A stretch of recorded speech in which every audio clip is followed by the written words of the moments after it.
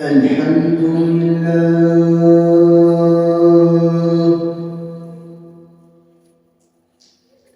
الأكرم الذي خلق الإنسان وكرمه وعلمه من البيان ما لم يعلم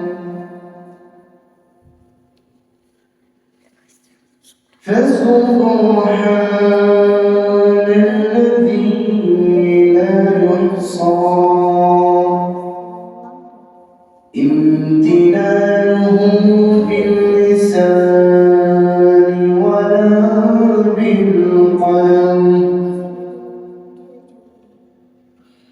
ونشهد أن لا إله إلا الله وحده لا شريك له ونشهد أن سيدنا وسندنا وحبيبنا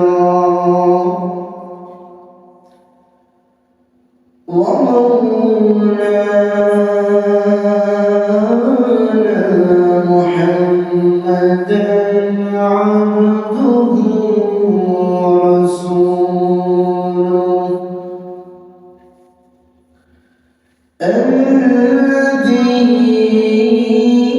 الذي أرسل إلى الناس كافة بشيرا ونذيرا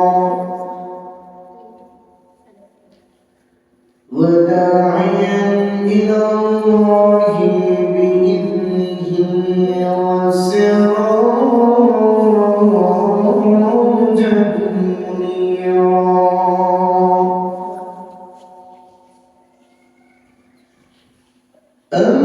أما بعد فقد قال الله تعالى في كلامه المجيد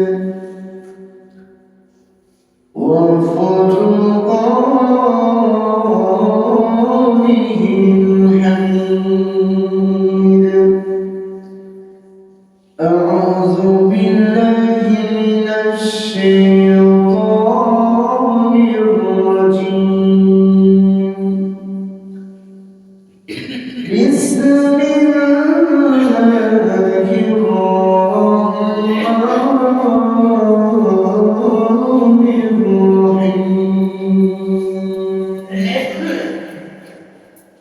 ألم تر إلى الذين يزعمون أنهم آمنوا بما أنزل إليك وما أنزل من قبلك يريدون أن يتحاكموا إلى الطاغوت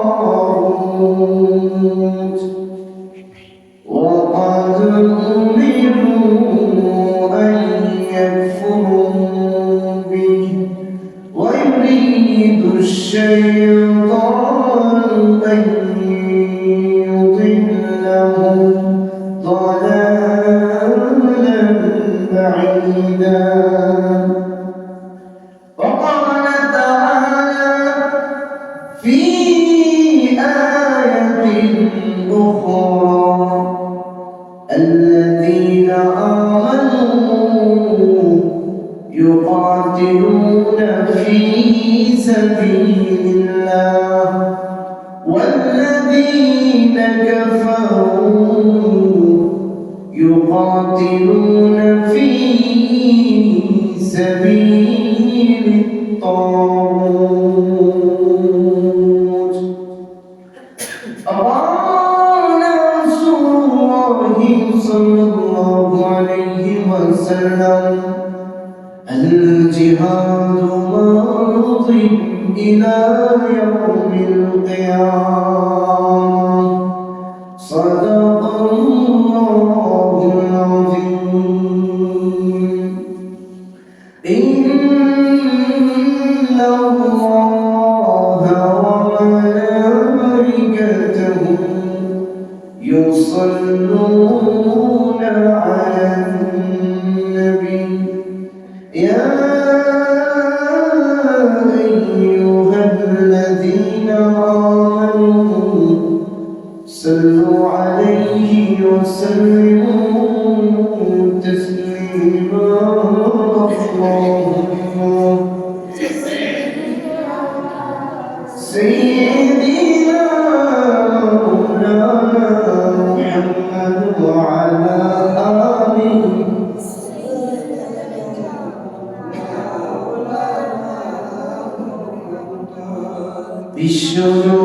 বিশ্বনবীর উম্মতরা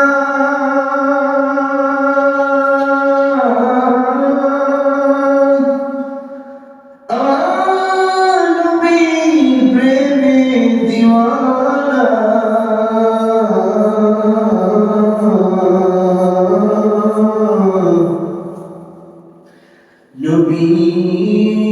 নবীকে কেউ গালি দিলে আমরা তাদের ছাড়ব না আল্লাহুম্মা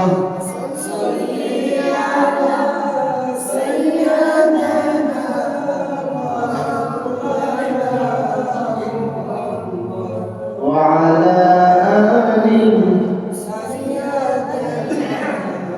مولانا محمد مدينة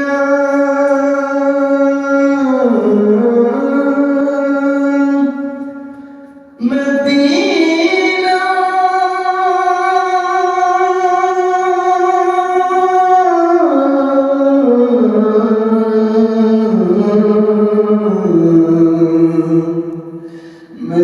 مدينة مدينة مؤمنوں کی گنگنا ہے مؤمنوں کی گنگنا ہے دیدار مدینہ اللهم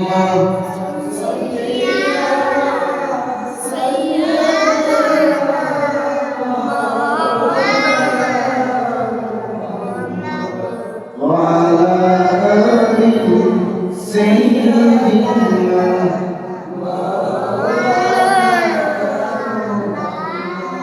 لا إله إلا الله لا إله إلا الله لا إله إلا الله لا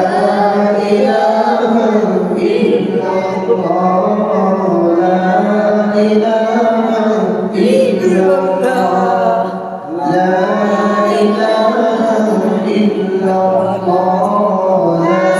إله إلا الله لا إله إلا الله لا لا إله إلا الله لا إله إلا الله পাখির গানে গানে হাওয়ার গানে গানে ওই নামেরই সুর শোনা যায় না ইলাহা ইল্লাল্লাহ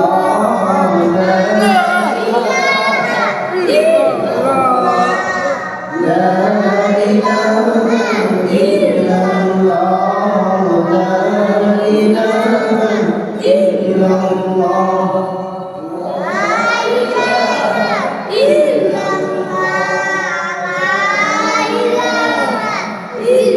لا إله ইল্লাল্লাহ মুহাম্মাদুর রাসূলুল্লাহ সাল্লাল্লাহু আলাইহি ওয়াসাল্লাম। হৃদয় উজাড় করে আমি ভালোবাসি তোমায়, ভালোবাসি তোমায়। সবাই হৃদয় উজাড় করে আমি ভালোবাসি তোমায়, ভালোবাসি তোমায়। ভুলিনি তাই আজ, ভুলিনি তাই আজ প্রিয় নবী তোমায়। হৃদয় উজাড় করে আমি ভালোবাসি তোমায়, ভালোবাসি তোমায়। হৃদয় উজাড় করে আমি ভালোবাসি তোমায়, ভালোবাসি তোমায়। হৃদয় উজাড় করে আমি ভালোবাসি তোমায়, ভালোবাসি তোমায়। থাকবে তোমার দূরে দূরে তুমি আমাকে ছেড়ে, থাকবে তোমার দূরে দূরে তুমি আমাকে ছেড়ে।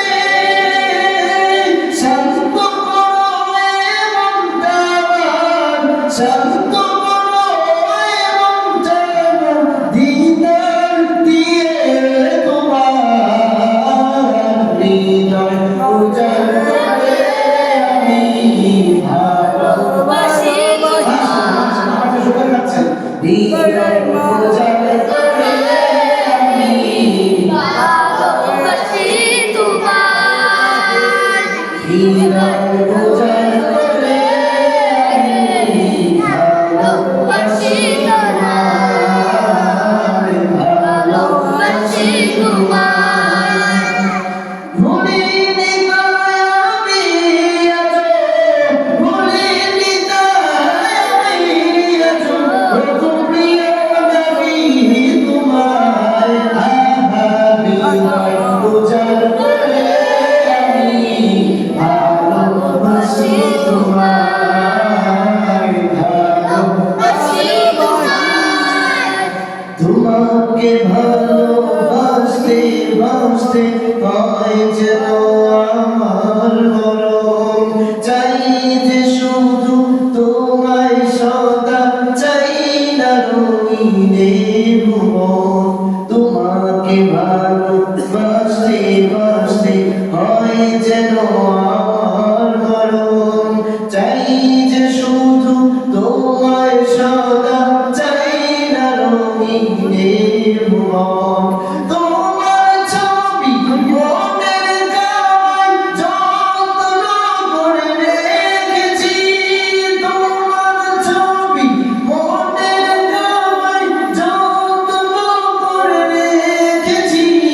তোমার নামে হৃদের পাতায় শত কবিতা লিখেছি।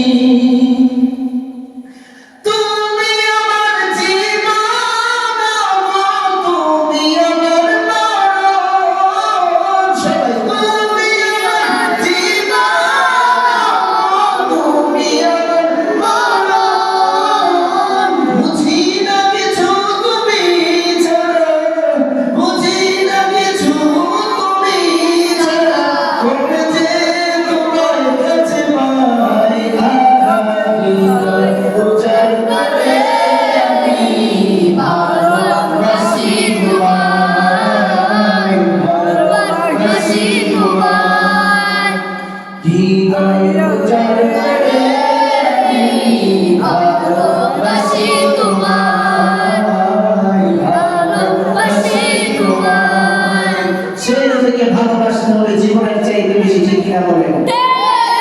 সেই নবীকে ভালোবাসতে হলে নিজের মায়ের চাইতে বেশি, বাবার চাইতে বেশি, ঠিক কিনা বলেন? জীবনের চাইতে বেশি আমার নবীকে আমরা ভালোবাসি, ঠিক কিনা বলেন? হৃদয়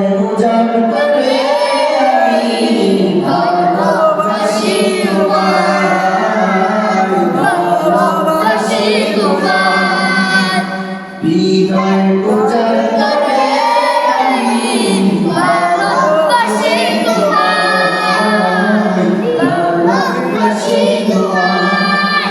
ভুলিনি তাই আমি ভুলিনি তাই আমি এত প্রিয় নবী তোমায় হৃদয় উজাড় করে আমি ভালোবাসি তোমায়, হৃদয় উজাড় করে ভালোবাসি তোমায়, ভালোবাসি তোমায়।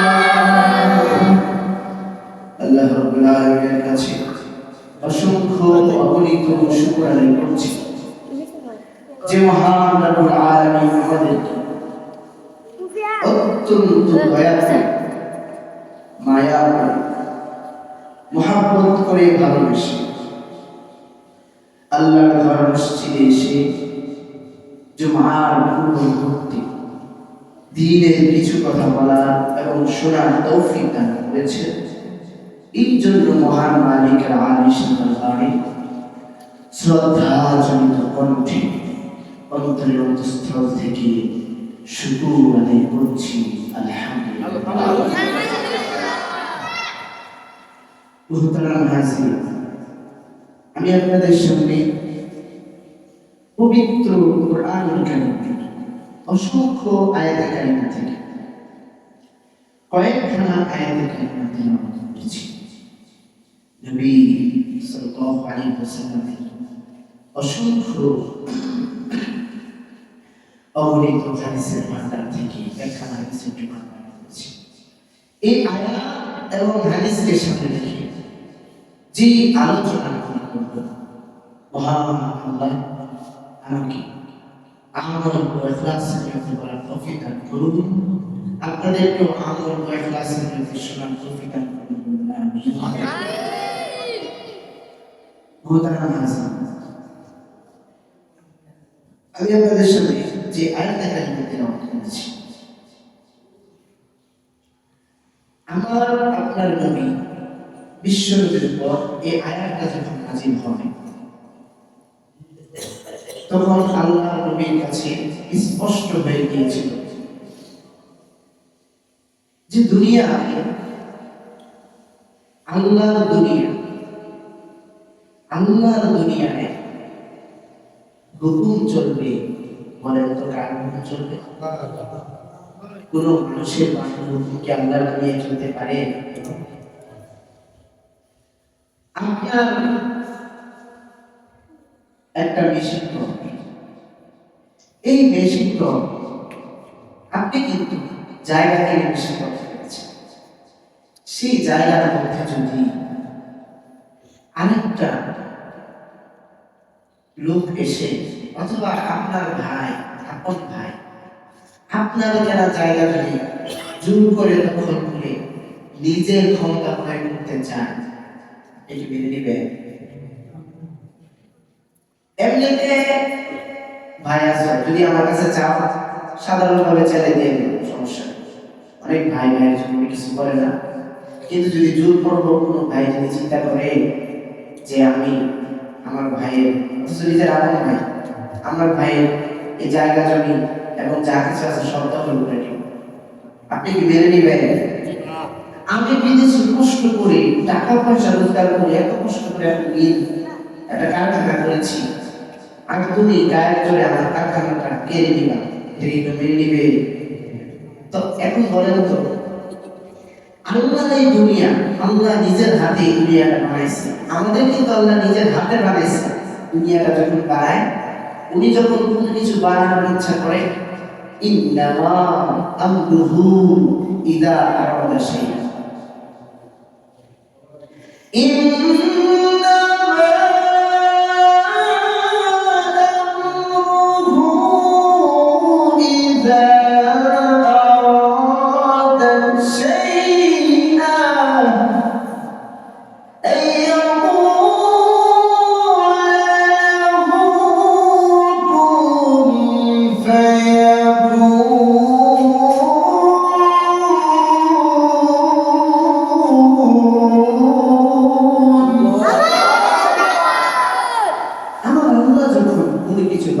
ইচ্ছা করে শুধু বলে কুন হও ফায়াকুন হয়ে যায়। তার মানে আল্লাহ দুনিয়া বানানোর ইচ্ছা যখন বলেছে কুন বলেছে ফায়াকুন হয়ে গেছে। তো আল্লাহ দুনিয়ায় আইন চলবে, ক্ষমতা চলবে কার বলেন তো? আল্লাহ। এই আয়াতে আল্লাহ তাআলা বলেন আলাম তারা ইল্লাযীনা ইয়াজউমুনা আন্নাহুম আমানু বিমা উনজিলা ইলাইকা ওয়া মা উনজিলা মিন ক্বাবলিক। তুমি কি তাদেরকে দেখোনি যারা দাবি করে যে নিশ্চয়ই তারা ঈমান এনেছে বিমা উনজিলা ইলাইকা তোমার উপরে যা নাযিল করেছি ওয়া মা উনজিলা মিন ক্বাবলিক এবং আগেও আমি যা নাযিল করেছি। এগুলোর উপর তারা বলে যে তারা ঈমান এনেছে, তার উপর যা নাযিল করা হয়েছে তোমার প্রতি এবং যা নাযিল করা হয়েছে তোমার প্রতি। অথচ আল্লাহ বলেন ইউরিদুনা আইয়াহদাহাকামু ইলা তাগুত। অথচ তারা কি তাগুতের কাছে বিচার নিয়ে যেতে চায়। ইলা তাগুতি ওয়া কাদ উমিরু আন ইয়াকফুরু বিহি। অথচ তাদেরকে নির্দেশ দেওয়া হয়েছে তাকে অস্বীকার এই তাগুতকে অস্বীকার করতে নিষেধ করা হয়েছে। কিন্তু বিচার যখন চায় সে তাগুতের কাছে যায়।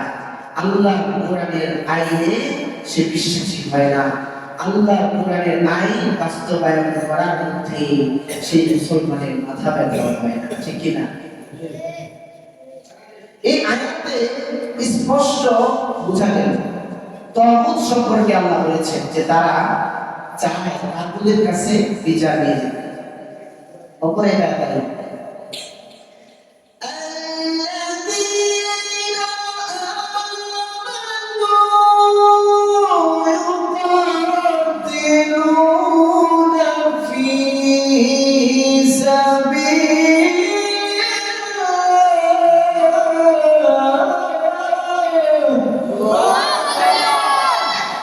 যারা ঈমান এনেছে আল্লাযীনা আমানু যারা ঈমান এনেছে ইউকাতিলুনা ফি সাবিলিল্লাহ তারা আল্লাহর রাস্তায় যুদ্ধ করে, আল্লাহর রাস্তায় সংগ্রাম করে, আল্লাহর দুনিয়ায় আল্লাহর দ্বীন কায়েমের জন্য চেষ্টা করে, মেহনত করে, কষ্ট করে, মুজাহাদা করে কোন মানব রচিত আইনকে পৃথিবীতে বাস্তবায়ন করতে সংসদ হোক, সামাজিক জীবন হোক, রাষ্ট্রীয় জীবন হোক, পারিবারিক জীবন হোক, কোন মানুষের বানানো তাগুতের বানানো আইনের পক্ষে সে লড়াই করে না, সে আল্লাহর আইনের পক্ষে লড়াই করে। ঠিক না? আল্লাহ বলে আল্লাহর আয়াত কোরআনের আয়াত আল্লাযীনা ইউকাতিলুনা ফি সাবিলিল্লাহ আল্লাযীনা আমানু ইউকাতিলুনা ফি সাবিলিল্লাহ যারা ঈমান এনেছে আল্লাহর উপরে তারা আল্লাহর পথে সংগ্রাম করে। এরপরে আয়াত আল্লাহ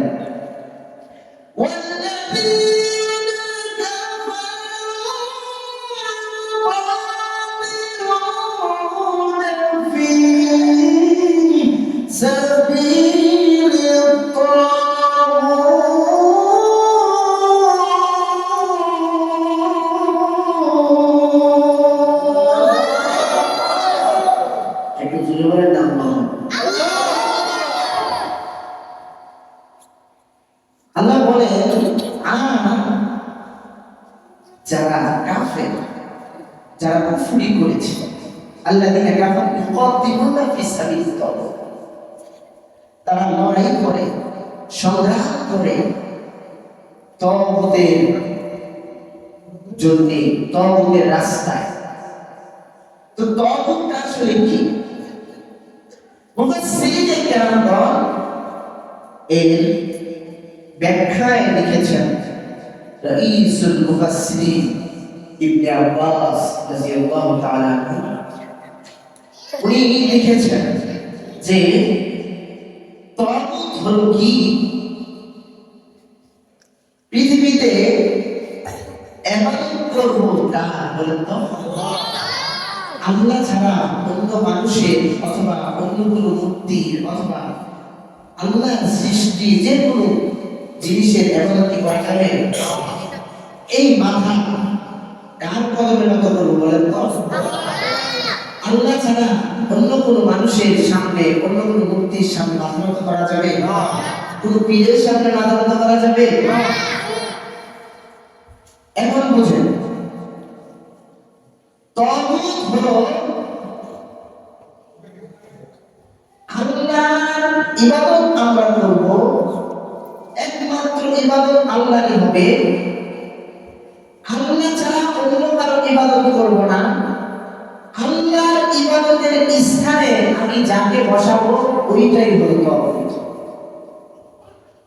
ঠিক তদ্রূপ মেসাল দিয়ে আমি বুঝাই, কেউ যদি দুর্গা পূজা করে, মূর্তি পূজা করে, সে যে পূজা করছে, পূজা করবে, ইবাদত করবে একমাত্র আল্লাহ, কিন্তু এই মাথা নত করতেছে মূর্তির সামনে। তো ইবাদতের উপযুক্ত একমাত্র আল্লাহই, কিন্তু সে আল্লাহর ইবাদত না করে মূর্তি পূজা করছে। ওই যে মূর্তি পূজা করছে যে মূর্তিকে, ওই মূর্তিকে তাগুত বলা হয়। ঠিক তদ্রূপ পৃথিবীর জমিনে এই পৃথিবী সৃষ্টি করেছেন আল্লাহ। আল্লাহর পৃথিবীতে হুকুম চলবে, আইন চলবে একমাত্র আল্লাহ।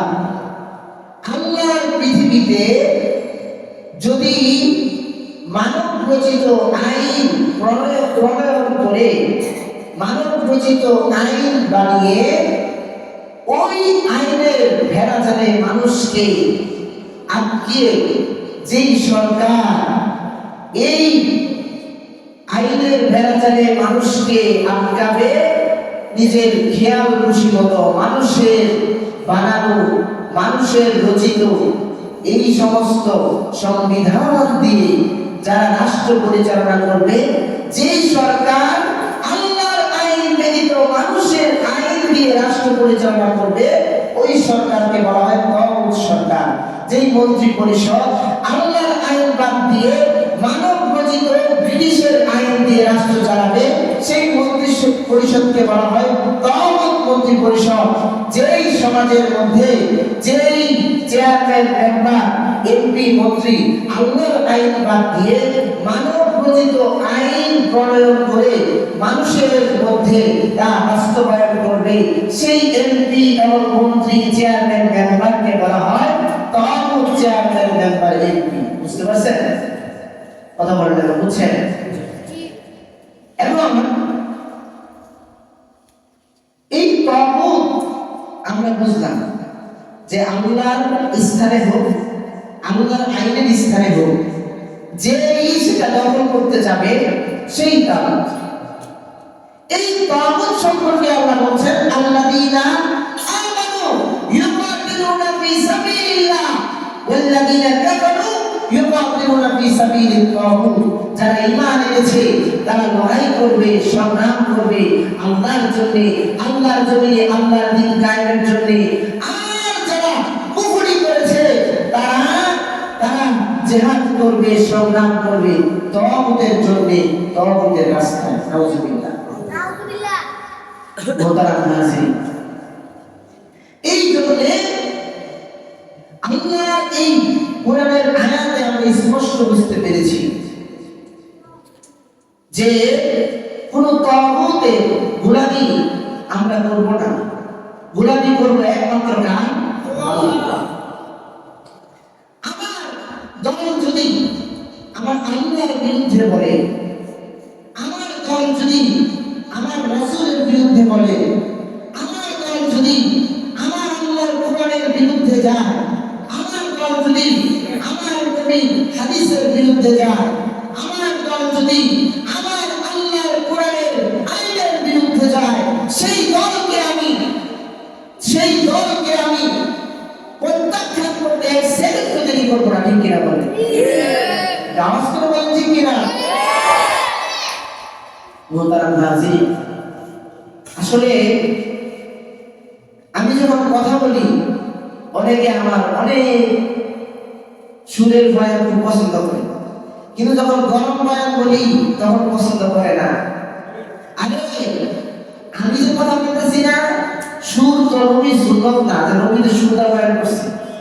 আমি যেই লাহানের কথা বলছি, যেভাবে জোরে জোরে আওয়াজ করে কথা বলছি, মুসলিম শরীফের হাদিস, নবী সাল্লাল্লাহু আলাইহি ওয়াসাল্লাম যখন মিম্বারে দাঁড়িয়ে খুতবা দিতেন, নবীজি যখন ভাষণ দিতেন, তখন আল্লাহর নবীর চোখ অগ্নিশর্মা হয়ে যেত, লাল হয়ে যেত। আমার আপনার নবী যখন ভাষণ দিতেন, এমন উচ্চ কণ্ঠে ভাষণ দিতেন, মনে হতো যেমন এখনই মনে হয় শত্রু দল এসে পড়ছে, নবীজি আমাদের সতর্ক করছে। ইয়া উম্মাতাল ইসলাম ইত্তাকুল্লাহ তাবারাকা ওয়া তাআলা, এটা হলো নবীজির ভাষণ, সুন্নাহ। কিন্তু গরম বয়ান দিলে বলে হুজুর গ্রামের মানুষ গরম বয়ান দিয়ে দিলাম, তো শহরের মানুষে মাছ গুস্ত দিয়ে ভাত খায়, আর গ্রামের মানুষ মনে হয় কচু পাতা দিয়ে ভাত খায় না। গ্রামের মানুষ শহরের মানুষ এটা কোনো কথা না। গ্রামের মানুষ আমরা যেমন রাসূলের উম্মত, শহরের মানুষ আমরা রাসূলের উম্মত, ঠিক কিনা বলেন? তো সেই জন্য এটা নবীর সুন্নাহ, এভাবে কথা বলা নবীর সুন্নাহ। টান দিলাম সুর দিলাম, হ্যাঁ দিতে হয়। সবাই তো আর আরবি জানে না, সবাই তো আর আরবি সম্পর্কে বুঝে না, এই জন্য দেখা গেছে আমরা সুর দিয়ে বয়ান করি, টান দিয়ে বয়ান করি।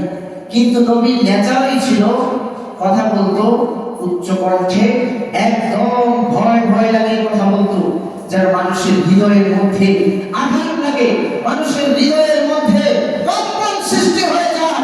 শত্রু বাহিনী তোমার এখনই আসছে, তুমি এখনই রেডি হয়ে যাও, তুমি শত্রু বাহিনী যেন তোমার ঈমান এবং তোমার ইসলামকে ধ্বংস করতে না পারে, সেজন্য সজাগ হয়ে যাও, ঠিক কিনা? মোহতারাম হাজিরিন, এই জন্য আমি এইভাবে কথা বলি।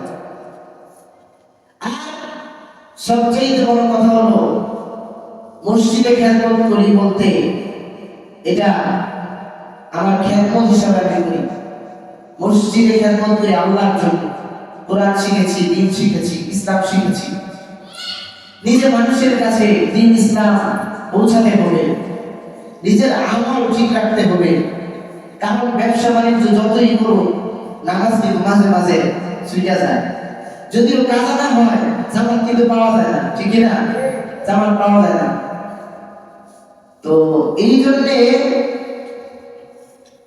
আমি মসজিদে খেদমত করি একমাত্র আল্লাহর জন্য। অথচ আজকে যদি আমি এখান থেকে চলে যাই, আল্লাহর রহমতে 1 বছর যদি বাড়িতে বসে থাকি, বাড়ির লোকজন বলবে না যে খেদমত করো না, আলহামদুলিল্লাহ এই অ্যাবিলিটি আছে।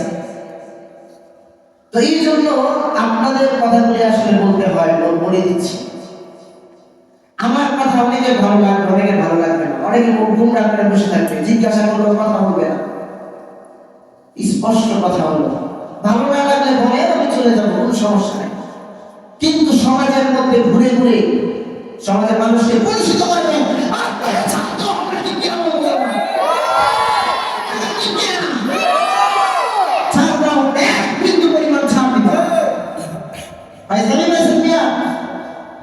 সমাজের মিলামিলা সমাজের মানুষকে পুরস্কৃত করবেন।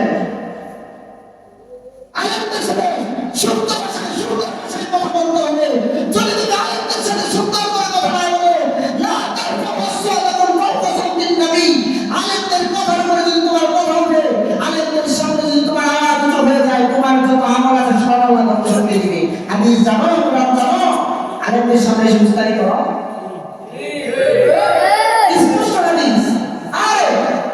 যখন আমরা ওই যে কাবা করে যাই, আল্লাহর সামনে শুধু পাগলামি, আল্লাহর ঘরের সামনে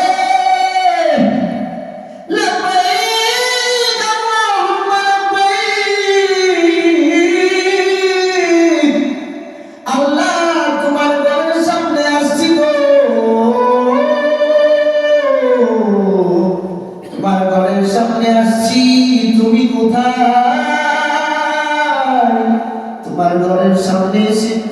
আল্লাহকে আমি দেখতে পাই না, কিন্তু তুমি আল্লাহর জন্য আমার মন খারাপ।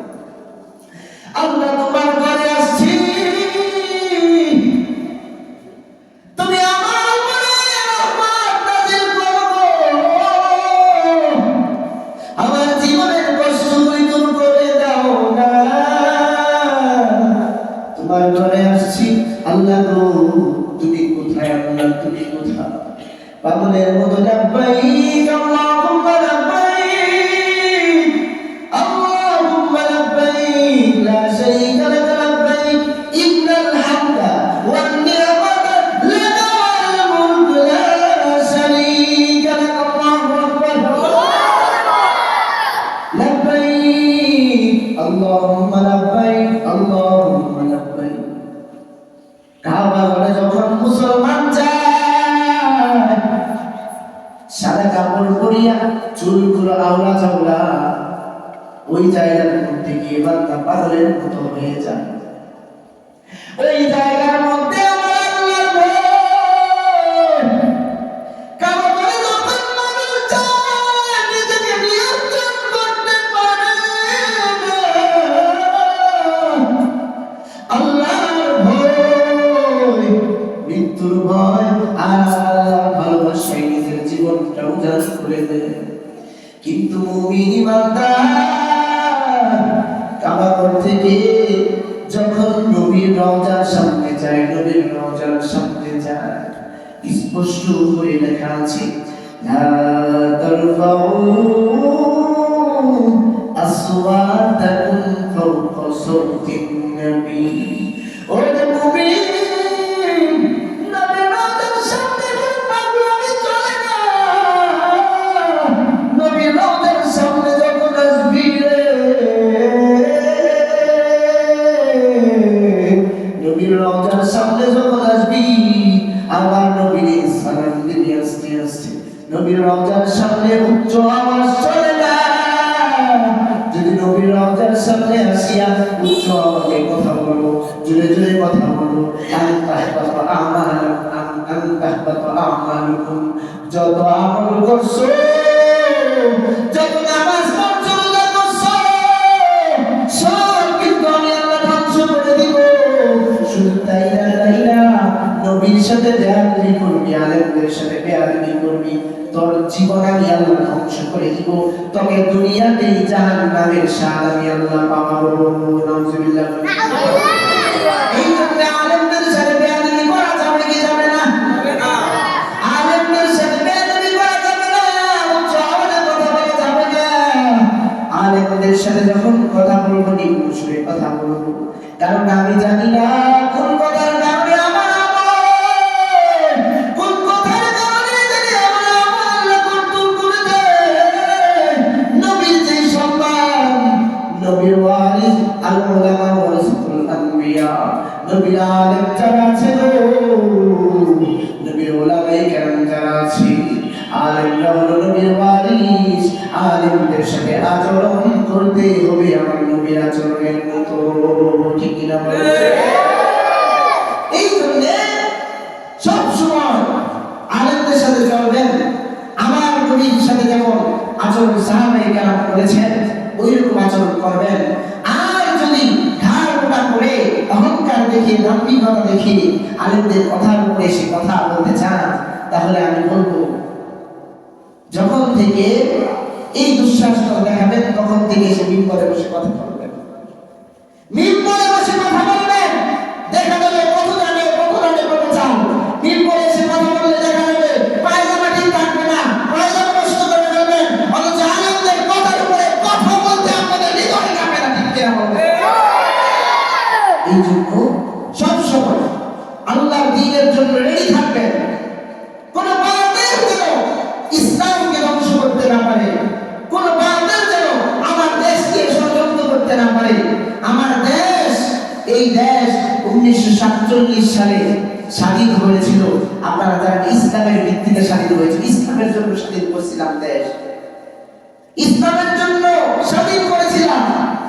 কোন রাজাবাবু আর পশ্চিমাদের গোলামি করার জন্য নয়, ইসলামের জন্য স্বাধীন করা হয়েছিল। আবার এই পৃথিবীতে ইসলাম কায়েম হবে। এই পৃথিবীতে ইসলাম কায়েম হবে। ইসলাম যখন কায়েম হবে, ইমাম মাহদী যখন আসবেন, আমরা বাঙালি মুসলমান ওনার সাথে যোগ দিব। যখন ইমাম মাহদী আসবেন, তাম পৃথিবীতে অমর ইসলামের দামান জ্বলে উঠবে। তাম পৃথিবী আবার মুসলমানদের হয়ে যাবে। এই বিজয় রূপবার মতো ক্ষমতা কারো হবে না। ঠিক কিনা বলুন? আমাদেরকে এই কথাগুলোর উপর আমল করার তৌফিক দান করুন। একমাত্র আল্লাহর কোরআনের শাসন ব্যবস্থা যেন আমরা আমাদের সমাজে, আমাদের রাষ্ট্রীয় পর্যায়ে এই কোরআনের শাসন বিধান যেন কায়েম করতে পারি, সেই তৌফিক দান করুন। যে কথাগুলি বললাম, আল্লাহ আমাদের তৌফিক দান করুন। আলহামদুলিল্লাহ।